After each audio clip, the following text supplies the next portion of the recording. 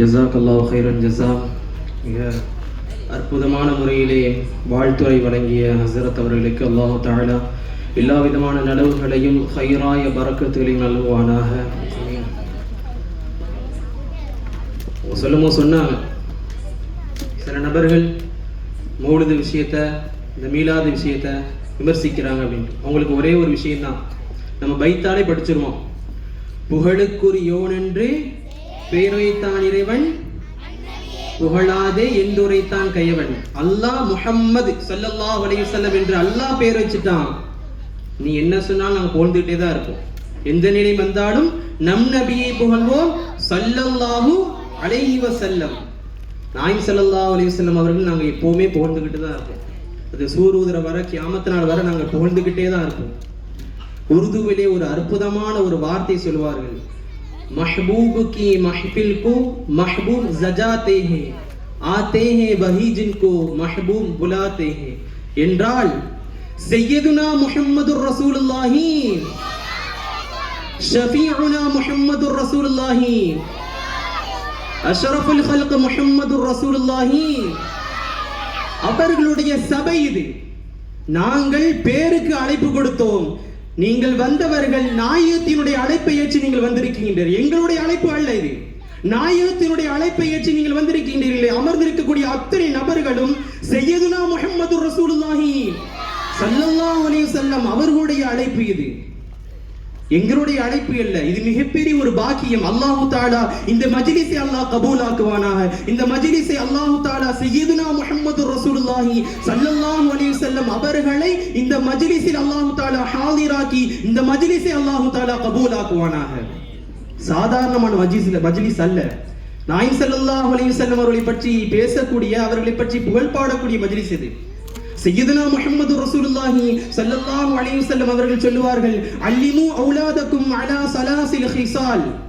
உங்களுடைய பிள்ளைகளுக்கு நீங்கள் 3 விஷயத்தை கல்விலே தெள்ளத் தெளிவாக விதைத்து விடுங்கள் என்பதாக சையதுனா முஹம்மது ரசூலுல்லாஹி ஸல்லல்லாஹு அலைஹி வஸல்லம் என்று சொல்லியிருக்கிறார்கள். முதலாவதான விஷயம், ஹுப்பு நபியிக்கும், நாயகம் ஸல்லல்லாஹு அலைஹி வஸல்லம் அவருடைய முஹப்பத்தை, ஹுப்பை நீங்கள் கல்விலே உங்களுடைய பிள்ளைகளுக்கு நீங்கள் விதைத்து விடுங்கள் என்பதாக சையதுனா முஹம்மது ரசூலுல்லாஹி ஸல்லல்லாஹு அலைஹி வஸல்லம் சொல்கிறார்கள். அதைத்தான் இன்றைக்கு மக்தப் மதரசாக்கள் கையில் எடுத்து தங்களுடைய பிள்ளைகளுக்கு, தங்களுடைய மக்தப் மதரசா பிள்ளைகளுக்கு அதை கல்விலே விதைத்து நாயகம் ஸல்லல்லாஹு அலைஹி வஸல்லம் மீது உண்டான முஹப்பத்தை எந்த அளவிற்கு விளங்க வேண்டும், அவர்கள் மீது எந்த அளவிற்கு முஹப்பத் வைக்க வேண்டும் என்பதை சொல்லிக் கொண்டிருக்கின்றோம்.